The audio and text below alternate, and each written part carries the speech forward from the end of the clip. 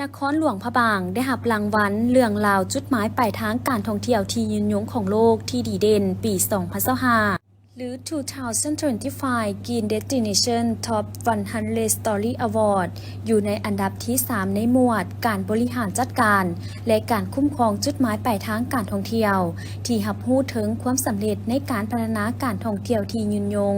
หรือการปรับปรุงคืนใหม่ให้ดีขึ้นการคุ้มครองการท่องเที่ยวและการฟื้นฟูหลังวิกฤตการณ์โดยการให้คะแนนจากทั่วโลกในงานมหกรรมการท่องเที่ยวโลก ITB Berlin 2025 ซึ่งได้จัดขึ้นที่นครหลวงเบอร์ลินประเทศเยอรมันให้เกียรติเข้าร่วมรับรางวัลครั้งนี้โดยทานนางสุดาพรคุ้มทวงศ์หัวหน้าแผนกแถลงข่าววัฒนธรรมและท่องเที่ยวแขวงหลวงพระบาง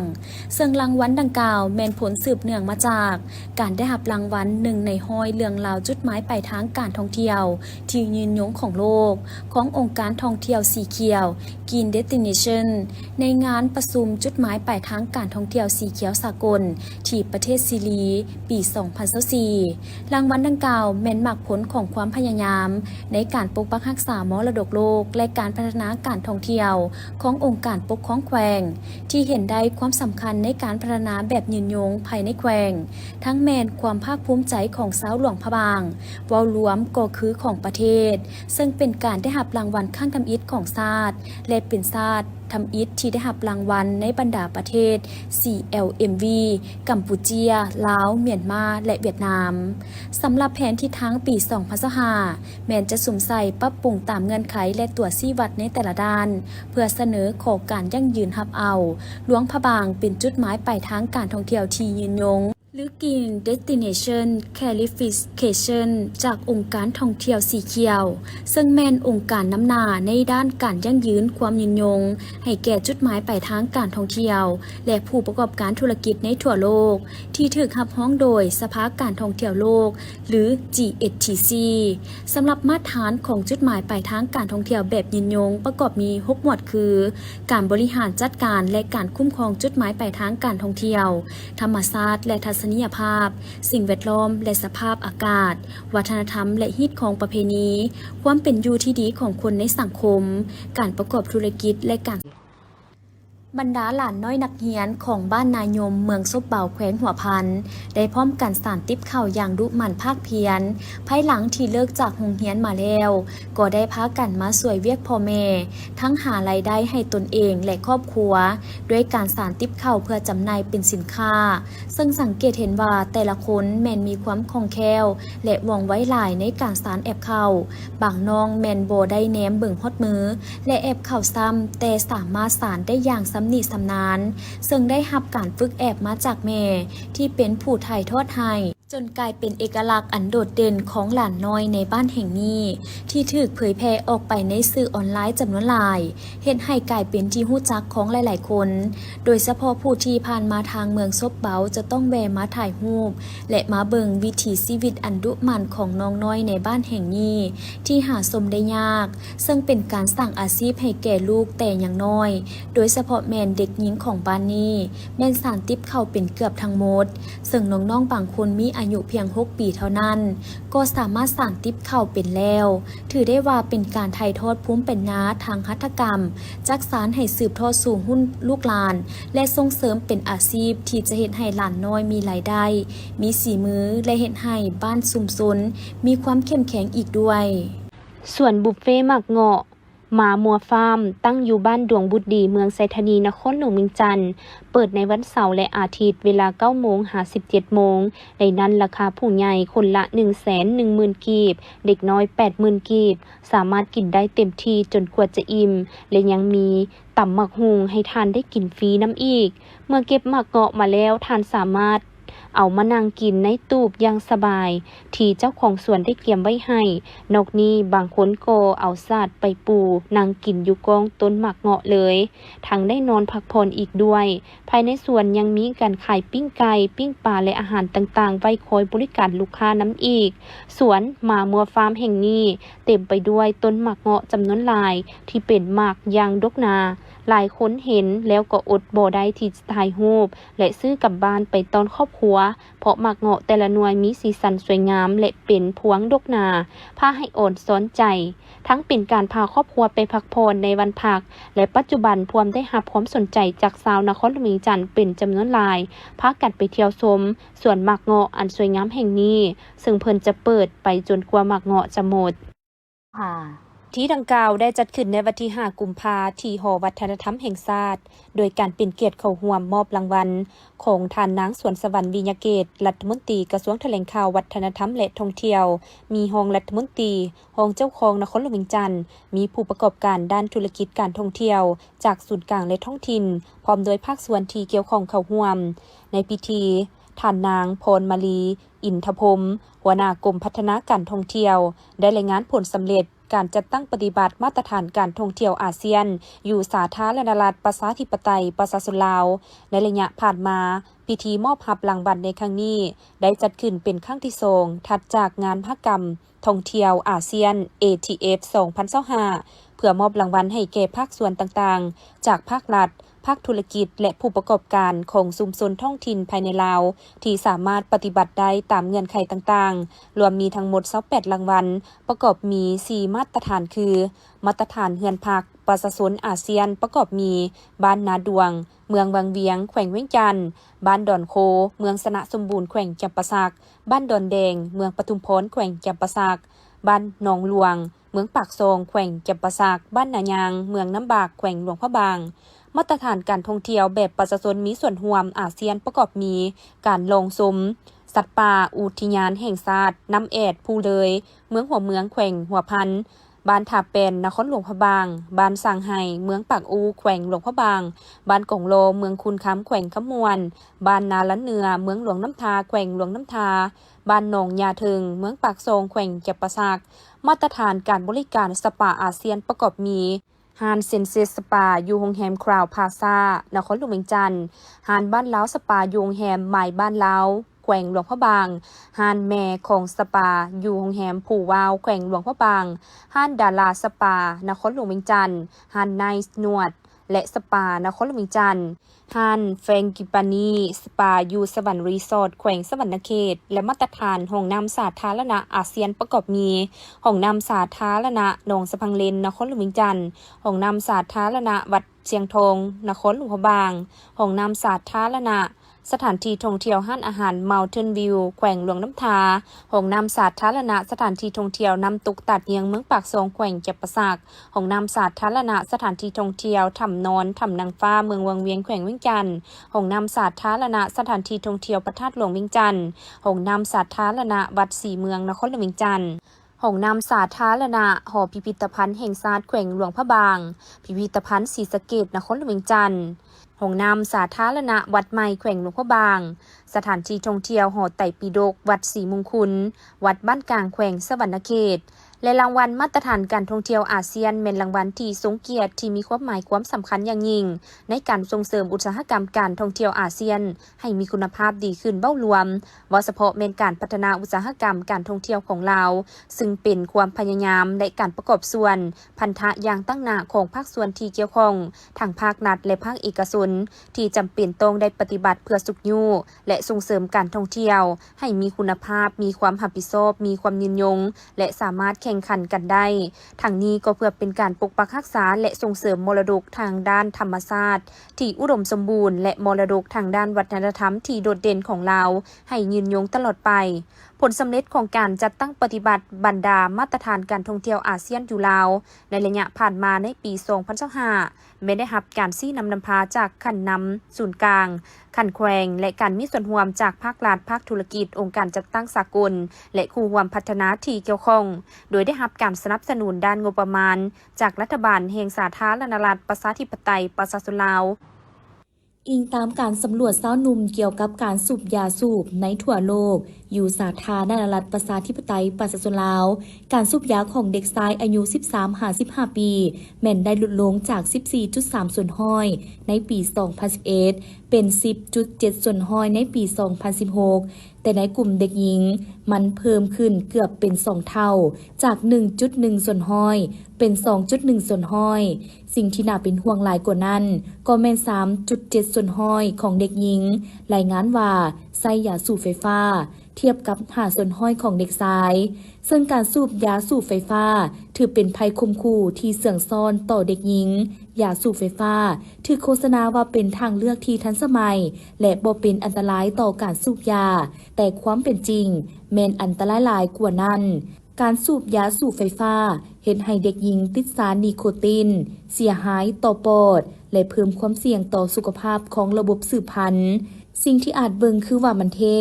ในมือนี้สามารถกลายเป็นการเสพติดและปัญหาสุขภาพตลอดชีวิตในมือหน้าสาเหตุที่เด็กหญิงลาวสูบยาสูบไฟฟ้าหลายขึ้นย้อนการตลาดที่เสื่องซ่อนเส้นว่ายาสูบไฟฟ้าที่มีรสชาติและการโฆษณาผ่านสื่อสังคมที่มีเป้าหมายเด็กหญิงเฮ็ดให้การสูบยาสูบไฟฟ้าเบิ่งคือทันสมัยข้อมูลบ่ถูกต้องก็แม่นหลายคนเชื่อว่ายาสูบไฟฟ้าปลอดภัยบ่ฮู้ถึงความเสี่ยงต่อสุขภาพที่ร้ายแรงซึ่งหัวข้อของวันแม่หญิงสากลปี 2025 แม่นสร้างแรงบันดาลใจให้เกิดการมีส่วนร่วมเตือนพวกเฮาว่าการปกป้องสุขภาพของเด็กหญิงเป็นส่วนหนึ่งของความเสมอภาพระหว่างหญิงชายถ้าพวกเฮาบ่ดำเนินการเดี๋ยวนี้การสูบยาสูบไฟฟ้าอาจกลายเป็นวิกฤตการณ์สาธารณสุขครั้งใหญ่ต่อไปสำหรับเด็กหญิงในลาวในวันแม่หญิงสากลในปีนี้บ่เพียงแต่เฉลิมฉลองความก้าวหน้าแต่มาปกป้องเด็กหญิงเอื้อยน้องและผู้นำในอนาคตของพวกเขาจากการเสพติดที่อันตรายจากยาสูบไฟฟ้าสุริยาประชาชนบ้านหลัก 45 เมืองปากซองแขวงจำปาสักให้สัมภาษณ์ว่าครอบครัวของตนผลิตกาแฟขี้เงินนับแต่ปี 2015 เป็นต้นมาถึงปัจจุบันกาแฟขี้เงินยังเป็นที่ต้องการของนักดื่มคอกาแฟทั้งหลายก็คือผู้บริโภคภายในและต่างประเทศในปี 2025 ท่านเพชรสุริยามีเงิน1โตเลี้ยงแบบลองผิดลองถูกด้วยความดูมันหักมักในอาชีพจึงเลี้ยงเงินไว้แล้วเอากาแฟให้กินจากนั้นก็เอาขี้เงินไปตากแดดแยกเอาแต่ส่วนที่เป็นหมากกาแฟตากแดดแห้งแล้วเอาไปหมักและผ่านกระบวนการต่างๆโดยใช้เวลา6เดือนจึงสามารถนำไปจำหน่ายหรือบริการให้ลูกค้าได้บริโภคราคาเมื่อก่อนปี 2025 ขายจอกละ 30,000 กีบกิโลละ1ล้านกีบปี 2025 กิโลละ5ล้านกีบปัจจุบันครอบครัวทานเพชรมีเงินเลี้ยงไว้เพื่อผลิตกาแฟขี้เงินจำนวน68โตมีกาแฟขี้เงินเกี่ยมส่งขายแล้ว500กิโลส่วนลูกค้าที่ซื้อกาแฟขี้เงินก็มีทั้งภายในและต่างประเทศเป็นต้นจากประเทศญี่ปุ่นซึ่งมีรายรับบ่ต่ำกว่า700ล้านกีบต่อปีเฮ็ดให้ฐานะครอบครัวดีขึ้นเป็น99เซนมีรถมีเฮือนอยู่ถาวรมีทุนการศึกษาให้ลูกมีทุนขยายกิจการให้หลายขึ้นเซนจำนวนเงินคอกเลี้ยงเงินหงตากกาแฟเครื่องคั่วกาแฟบดกาแฟสิ่งอำนวยความสะดวกในครอบครัวและการบริการลูกค้าภายในห้างกาแฟเติมอีกในปัจจุบันกาแฟขี้เงินเป็นที่ต้องการของผู้บริโภคก็คือตลาดภายในและต่างประเทศดังนั้นจึงเป็นแรงบันดาลใจให้ครอบครัวทานเพชรสุริยาสืบต่อผลิตกาแฟขี้เงินให้เพิ่มขึ้นจนกว่าจะเพียงพอกับความต้องการของลูกค้าพิธีดังกล่าวได้จัดขึ้นในวันที่ 14 พฤศจิกายน 2025 โดยการให้เกียรติเข้าร่วมของท่านสอนไซศรีพันดอนนายกรัฐมนตรีท่านมาลัยทองกลมสิทธิ์รัฐมนตรีกระทรวงอุตสาหกรรมและการค้ามีรองรัฐมนตรีประธานรองประธานสภาการค้าและอุตสาหกรรมแห่งชาติลาวพร้อมด้วยนักธุรกิจผู้ประกอบการเข้าร่วมในพิธีท่านดาวรพระจันทวงศ์รองประธานผู้ประจำการสภาการค้าและอุตสาหกรรมแห่งชาติลาวได้กล่าวว่าในตลอดระยะ35 ปีผ่านมาสภาการค้าและอุตสาหกรรมแห่งชาติลาวได้เป็นขวดต่อที่สำคัญระหว่างภาครัฐและภาคธุรกิจได้เฮ็ดหน้าที่ในการสร้างสภาพแวดล้อมเอื้ออำนวยให้แก่การดำเนินธุรกิจการค้าการลงทุนและการบริการต่างๆพร้อมทั้งสุขยูส่งเสริมให้ภาคธุรกิจประกอบส่วนอันสำคัญ คัญในการฟื้นฟูและพัฒนาเศรษฐกิจสังคมให้นับมือนับขยายตัว การมอบรางวัลนักธุรกิจสั้นน้ำดีเด่นครั้งนี้ประกอบมี 89 หัวหน่วยธุรกิจในนั้นรวมมีธุรกิจลาวและธุรกิจที่มีเจ้าของเป็นต่างประเทศที่ดำเนินธุรกิจในแขนงอุตสาหกรรมปรุงแต่งแขนงการค้าแขนง IT แขนงพลังงานและบ่อแห่แขนงอุตสาหกรรมการผลิตแขนงการบริการแขนงขนส่งแขนงกสิกรรมและป่าไม้แขนงธนาคารและสถาบันการเงินแขนงการท่องเที่ยวโรงแรมและร้านอาหารแขนงโฆษณาและการจัดงานแขนงก่อสร้างและอสังหาในโอกาสดังกล่าวทานสอนไซสีพันดอนได้กล่าวว่ารัฐบาลเวลาใดก็ได้เอาใจใส่ปรับปรุงสภาพแวดล้อมที่เอื้ออำนวยให้แก่การดำเนินธุรกิจของผู้ประกอบการให้สามารถได้รับการจัดตั้งปฏิบัติเป็นจริงและมีประสิทธิผลสูงโดยได้วางนโยบายและกำหนดกฎหมายและระเบียบการที่รับประกันความแน่นอนโปร่งใสและเป็นบอนอิงให้แก่การดำเนินธุรกิจในแผนพัฒนาเศรษฐกิจสังคมแห่งชาติครั้งที่10 2026-2030 รัฐบาลได้วางนโยบายพัฒนาตามทิศสีเขียวและยืนยงและได้สุกยูให้ภาคเอกชนมีส่วนร่วมในการจัดตั้งปฏิบัติให้แข็งแรงและกว้างขวางกว่าเก่าตามทิศสร้างเศรษฐกิจเอกราชเป็นเจ้าตนเองหรือเอิ้นย่อว่าสอจ.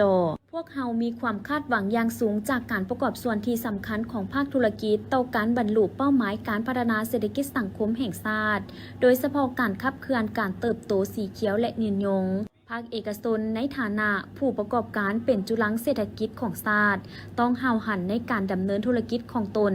ไปตามนโยบายเศรษฐกิจสีเขียวและยืนยงดำเนินธุรกิจแต่ละด้านต้องคำนึงถึงความยืนยงและเป็นมิตรกับสิ่งแวดล้อมประกอบส่วนเข้าในการพัฒนาสังคมการส่งเสริมการเสื่อมจอดและการเสื่อมโยงกับภาคพื้นและสากลเพื่อรับประกันผลประโยชน์สูงสุดจากฐานะประเทศที่เสื่อมจอดที่เป็นยุทธศาสตร์ของลาวภาคเอกชนแม้นมีความสำคัญในการพัฒนาพื้นฐานโครงสร้างที่แข็งแกร่งการลงทุนในการเสื่อมจอดกับประเทศเพื่อนบ้านเช่นสาธารณรัฐประชาชนจีนสาธารณรัฐสังคมนิยมเวียดนามและบรรดาประเทศใกล้เคียงจะสุกยุการค้าการลงทุนและการท่องเที่ยวนอกจากนี้บรรดาธุรกิจจะต้องขับเคลื่อนการพัฒนาเขตพัฒนาใหม่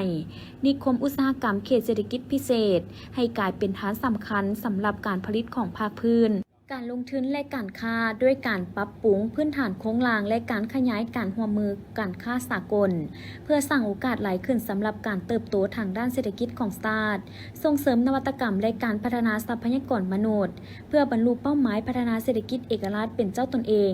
บรรดาธุรกิจจะต้องมีบทบาทสำคัญในการส่งเสริมนวัตกรรมและการพัฒนาทรัพยากรมนุษย์รวมถึงการนำใช้เทคโนโลยีที่ทันสมัยการสร้างผลิตภัณฑ์และการบริการที่มีมูลค่าเพิ่มและหันไปสู่เศรษฐกิจดิจิตอล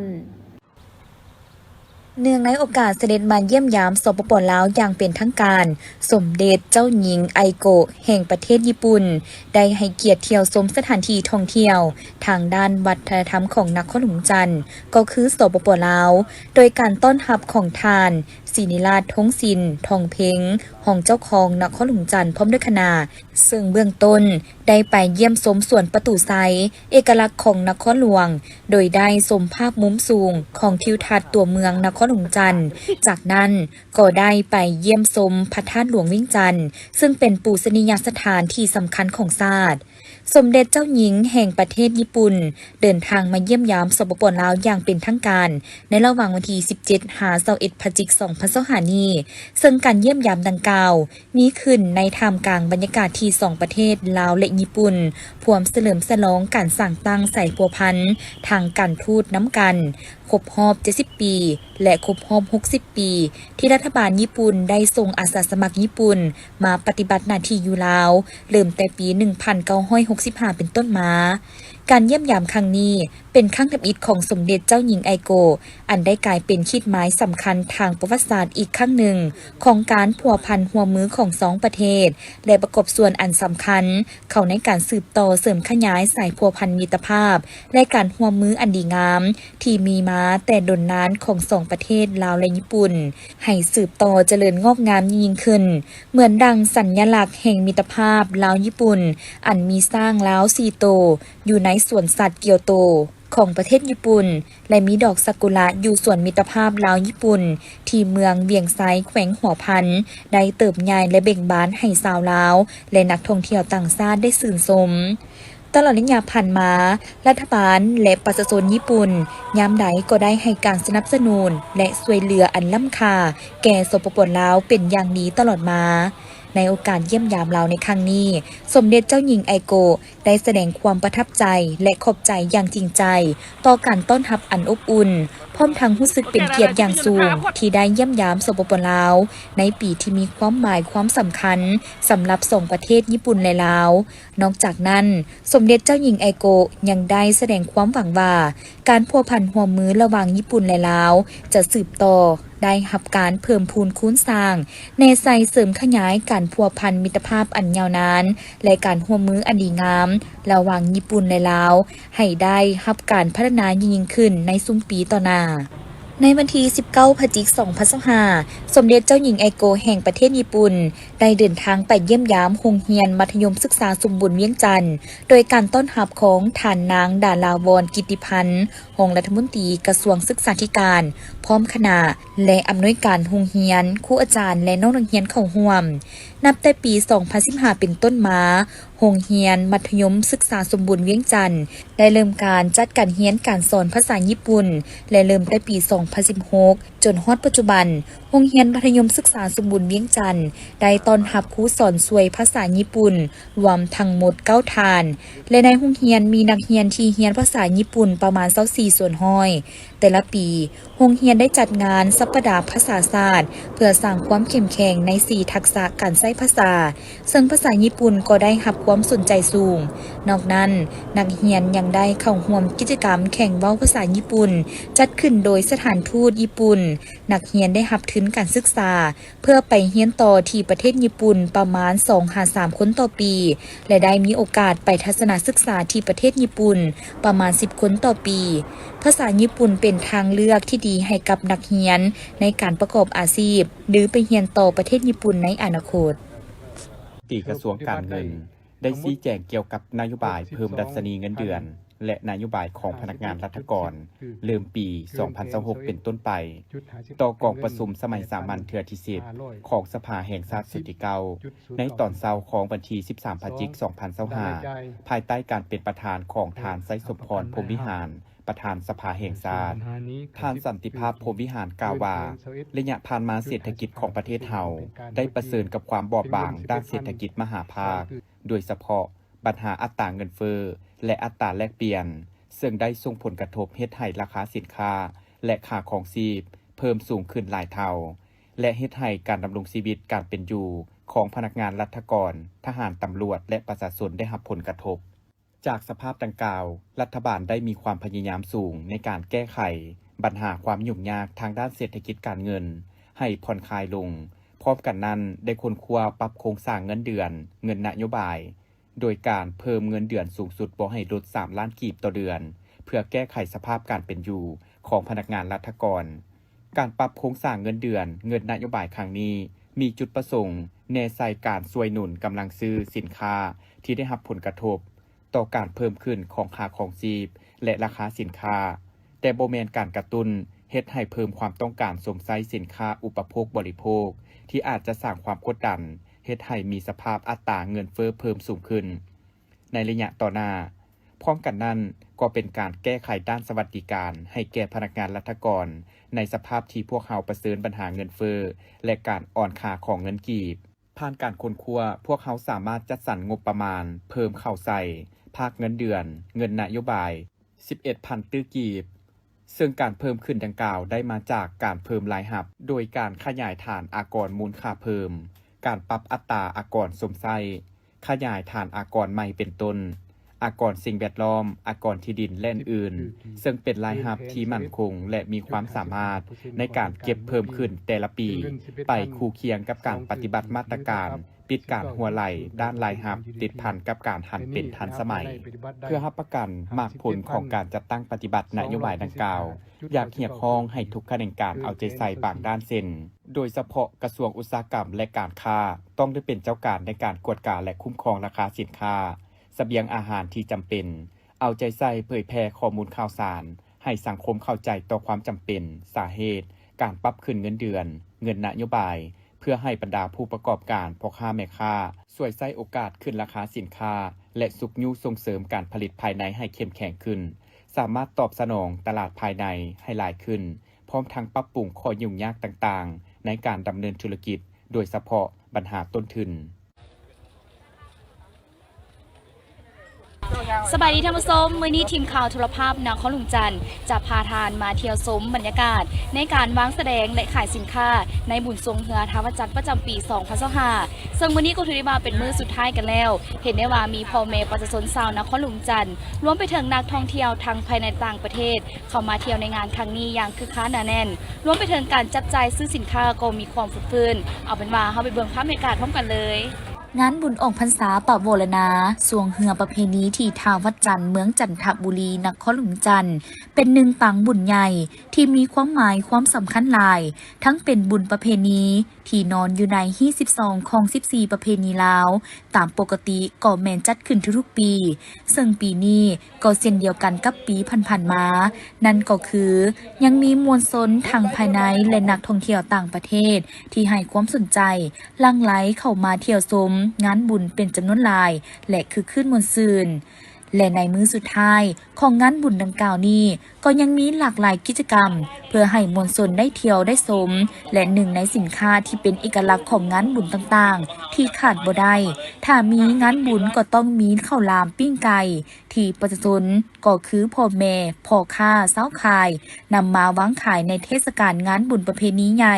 สำคัญต่างๆโดยเฉพาะในบุญออกพรรษาปะโวลนาสวงเหือประเพณีที่ทางวัดจันทร์นครหลวงจันทร์เพื่อให้ประชาชนลาวบรรดาเผ่านักท่องเที่ยวทั้งภายในและต่างประเทศได้ลองชิมอาหารพื้นบ้านที่เป็นเอกลักษณ์แบบลาวเฮา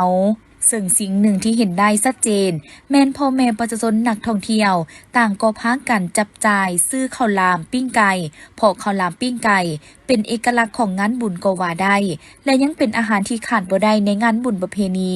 มีงานบุญใส่ก็ต้องมีข้าวหลามปิ้งไก่ติดไม้ติดมือกับเมื่อบ้านเอกพรประเสริฐอินทศรประธานกลุ่มบริษัท 3S พัฒนาต่างหน้าให้กับ3บริษัทผู้รับเหมาโครงการทางด่วนเวียงจันทน์หาหานอยในส่วนที่2ก็คือกลุ่มบริษัทน้ำท้าก่อสร้างขวทางจำกัดบริษัท 4K การค้าขาเข้าขาออกจำกัดและบริษัท 3S พัฒนาจำกัดได้รายงานความคืบหน้าของโครงการก่อสร้างทางด่วนเวียงจันทน์หาหานอยช่วงที่2แต่เมืองปักสันหาไซแดนลาวเวียดนามเมืองไซจำพรแขวงบริคำไซมีความยาว 203.8 กิโลเมตรต่อทานนายกรัฐมนตรี2ประเทศลาวและเวียดนามในกล่องประชุมส่งเสริมการลงทุนลาวเวียดนามภายใต้หัวข้อการร่วมมือยุทธศาสตร์สร้างการพัฒนาที่เจริญหุ่งเฮืองซึ่งกล่องประชุมได้รับเกียรติเป็นประธานร่วมโดยท่านสอนไซศรีพันดอนนายกรัฐมนตรีแห่งสาธารณรัฐประชาธิปไตยประชาชนลาวและท่านฝ่ามหมิงจิงนายกรัฐมนตรีแห่งสาธารณรัฐสังคมนิยมเวียดนามมีบรรดาภาครัฐและภาคธุรกิจเข้าร่วมว่านับตั้งแต่มือที่กลุ่มบริษัทพวกเขาได้รับอนุมัติเซ็นบทบันทึกความเข้าใจหรือ MOU เพื่อศึกษาความเป็นไปได้ในการพัฒนาโครงการทางด่วนเวียงจันทน์หาหานอยในส่วนที่2ในค่ำวันที่15 พฤศจิกายน 2021เป็นต้นมาทางกลุ่มบริษัทพวกเขาก็ได้เอาใจใส่ทุ่มเทเหงื่อแห้งจิตใจและทุนหอนในการศึกษาความเป็นไปได้เซ็นได้สำรวจแล้วทางหลายทางเลือกพร้อมเอากลจักเหตุการณ์ทะลุแล้วทางเริ่มแต่ต้นทางจนฮอดปลายทางเพื่อนำเครื่องจักรเข้าไปเหตุการณ์สำรวจและเก็บกำข้อมูลเพื่อมาออกแบบก่อสร้างได้สำเร็จได้เก็บกำข้อมูลผลกระทบทางสิ่งแวดล้อมป่าไม้และผลกระทบของประชาชนเพื่อมาเฮ็ดเอกสารสิ่งแวดล้อมได้สำเร็จมาในวันที่15 ตุลาคม 2025กลุ่มบริษัทพวกเขาได้รับอนุมัติจากรัฐบาลเซ็นสัญญาสัมปทานโครงการ 4A กับรัฐบาลในการลงมือก่อสร้างปัจจุบันกลุ่มบริษัทของพวกเขาได้เอากลจักรเข้าประจำการก่อสร้างเริ่มแต่ต้นทางกิโลเมตร00หากิโลเมตร160แล้วยังแต่เขตปลายทางซ้ายแดนลาวเวียดนามแม่นยังล้อท่าฝนเซาก็จะได้เอากลจักรเข้าพอปัจจุบันเขตซ้ายแดนเมืองไซจำพรยังเป็นฤดูฝนอยู่ เจ้าสวัสดีตอนเที่ยงเนาะข้าพเจ้าพอเสืออินทศร ตั้งหน้าให้บริษัท3บริษัทที่ได้พัฒนาโครงการทางด่วนเวียงจันทน์ฮานอยช่วงที่2เนาะก็มื้อนี้เป็นมื้อที่ดีที่สุดเนาะที่ว่าทางอุตสาหกรรมสภาการค้าแห่งชาติลาวเนาะได้จัดกองประชุมครั้งที่48เพื่อดึงดูดการค้าการลงทุนระหว่างลาวเวียดนามเนาะส่วนโครงการของข้าพเจ้าก็เป็นจะรายงานโดยย่อเกี่ยวกับความเป็นมาของโครงการทางด่วนเวียงจันทน์ฮานอยเนาะที่ว่าช่วงนี้หลังจากที่ว่าได้เส้น CA แล้วเนาะหมายความว่าได้เส้นการก่อสร้างกับรัฐบาลสปปลาวแล้วข้าพเจ้าก็ได้มารายงานเกี่ยวกับความคืบหน้าของโครงการให้2ท่านนายกรัฐมนตรีลาวและก็เวียดนามเนาะให้รับรู้เกี่ยวกับความคืบหน้าของโครงการถือว่าเดี๋ยวนี้ก็ได้เอากุญจักรลงแล้วเนาะแต่ละจุดเริ่มแต่จุดกิโลเมตรที่00จนถึงกิโลเมตรที่160ก็ถือว่าได้ช่วงระยะ15-20กิโลเมตรใดหนึงพวกเฮาได้เอาเข้าไปจุดหนึงเนาะประมาณก็ว่าฮอดกิโลเมตรที่160ส่วนทางปลายทางเนาะก็คือเมืองไซจำพรหั่นส่วนระยะนี้มันเป็นฤดูฝนของก็ถือว่ายังบ่ทันลงเทื่อคาดว่าฝนตกเช้าแล้วพวกเฮาจะเอาเข้าให้มันครบจนฮอดปลายทางโครงการของเฮานี่แม่นลงทุนเกี่ยวกับโครงการดังกล่าวนี่แนวใช้มูลค่าประมาณ 1.9 ติวดอลลาร์สหรัฐเนาะคาดว่าจะสำเร็จภายในปี2029ใช้เวลาอยู่4ปีก็ถือว่าเดี๋ยวนี้โครงการของเฮาได้บุกทะลุแนวทางเนาะได้ปักแต่ละจุดก็ได้สำเร็จแล้วคาดว่าพวกเฮาจะได้เริ่มก่อสร้างส่วนที่ว่าด้านทงเพียงที่ว่าพวกเฮาได้ตัดดินเรียบร้อยแล้วพวกเฮาก็จะดำเนินการปูทางไปเลยเนาะขอบใจ โอกาสดังกล่าวปริญญาเอกพรประเสริฐอินทศรยังได้ตั้งหน้าให้กับ3บริษัทยังยืนอย่างนักแน่นและปฏิญาณตนต่อหน้าท่านนายกทั้ง2ประเทศว่าพวกเขามีความพร้อมทางด้านทุนฮ้อนประสบการณ์เพื่อที่จะพัฒนาโครงการและก่อสร้างโครงการดังกล่าวให้แล้วภายในกำหนด4ปีฮอดปี2029ให้สำเร็จ100%ตามเงื่อนไขก็คือเวียกดินเวียกโครงสร้างแม่นพวกเขาจะได้เอากลจักรเข้าก่อสร้างในทุกๆส่วน15 กิโลเมตรหา20 กิโลเมตรนับแต่ต้นทางหาปลายทางเพราะผ่านมาทั้งกลุ่มบริษัทพวกเขาได้เหตุการณ์ทะลุและสามารถเอากลจักรเข้าถึงทุกๆจุดแล้วเวียกขัวแม่นพวกเขาจะได้ลงมือก่อสร้างในทุกๆขัวไปพร้อมๆกันเวียกปูเบตต้งหน้าทางแม่นพวกเขาจะปูเริ่มแต่เขตทงเพียงบ่อนที่มีบริมาตรเวียกดินบ่หลายที่สามารถแล้วไว้กว่าเขตภูผาที่มีเวียกดินตัดดินถมลายปัจจุบันทั้งกลุ่มบริษัทพวกเขาก็ได้สั่งซื้อกลจักรขนาดใหญ่จำนวนหลายและขอนำเข้าแรงงานต่างประเทศเป็นต้นแม่นแรงงานจากประเทศเมียนมาเพื่อจะมาเล็งเฮ็ดเวียกทั้งกลางเว้นและกลางคืนปีที่จะมาถึงนี้ทางทีมงานข่าวโทรภาพนครเมืองจันทร์จึงได้สัมภาษณ์ทัศนะของท่านนางจันโสจิตติวงศ์เจ้าของห้างเพชรพะไทยจิวเวลรี่ซึ่งเป็นนักธุรกิจหญิงท่านหนึ่งที่ประสบผลสำเร็จทางด้านธุรกิจและเป็นบุคคลต้นแบบให้กับแม่หญิงลาวในปัจจุบันก่อนจะประสบผลสำเร็จท่านก็ทุ่มเทเหื่อแหงและสุมสติปัญญาผ่านพาอุปสรรคมานับบ่ถ้วนที่ได้นำพาและพัฒนาธุรกิจห้างเพชรมาจนประสบผลสำเร็จเป็นระยะ10 ปีซึ่งนอกจากประสบผลสำเร็จในด้านธุรกิจแล้วท่านยังเป็นแบบอย่างในการแบ่งปันช่วยเหลือสังคมเป็นต้นแมนสุขยูการศึกษาในเขตห่างไกลและด้อยโอกาสจากการทุ่มเททางแห้งกายและแห้งใจตลอดระยะผ่านมาจึงเฮ็ดให้ทานได้รับการย่องยอจากหลายภาคส่วนและล่าสุดก็ได้รับเหรียญสาวหนุ่มตะลุมบอนจากศูนย์กลางสาวหนุ่มประชาชนปฏิบัติลาวสวัสดีข้าพเจ้ามีชื่อว่าจันโสจิตติวงศ์ปัจจุบันเป็นเจ้าของห้างเพชรพะไทยจิวเวลรี่เนาะและมีตำแหน่งอยู่ในสมาคมนักธุรกิจแห่งชาติลาวก็คือเป็นคณะบริหารงานกะ